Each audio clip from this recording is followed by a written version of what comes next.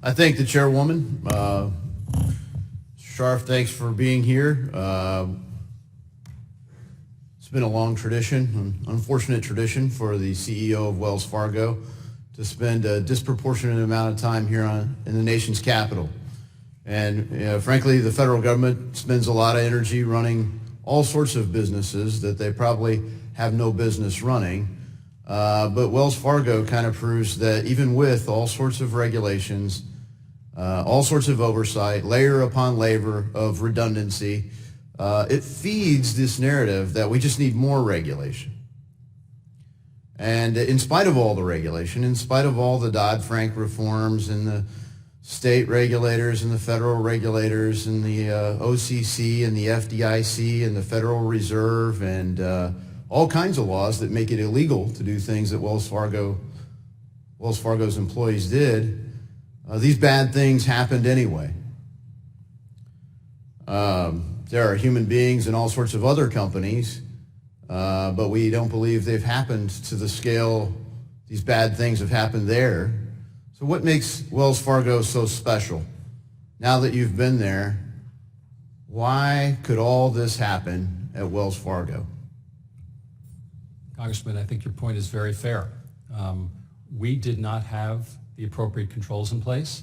We didn't have the appropriate culture. We didn't have the right. So the humans there just needed the other controls that other places had. What drove these people to do it? Was it just passive? You didn't have the controls there, or was it an affirmative push to do bad things? No, I think certainly the controls should have caught it after the fact, but the initial problem was that the structure of the company was decentralized, the culture promoted these types of activities, and the culture was not one of accountability. So for that reason, there's been a lot of culpability, at least financially, for Wells Fargo. How many fines in total have Wells Fargo paid as a consequence of these bad actions? Congressman, I don't have that number right here. Is it a couple $100 like a speeding ticket? Is it a couple $100 million, or is it a few billion? It's billions. Billions of dollars. Billions of dollars. And I think it's fair to say that if these culpabilities result in billions of dollars of fines, did some people lose their jobs? Congressman, yes, many people have lost their jobs. At the very top. CEOs, you're now the third. Board members, bank managers, managers of departments, people that were supposed to manage risk. Lots of people have been held accountable in the sense that they lost jobs. Has anyone gone to jail? Not that I'm aware of. Does any of this rise to the level of a crime? Congressman, when we settled with the Department of Justice, we stated a series of facts which included that individuals at the bank committed crimes. So do you believe it's up to the Department of Justice to follow through and actually hold someone accountable?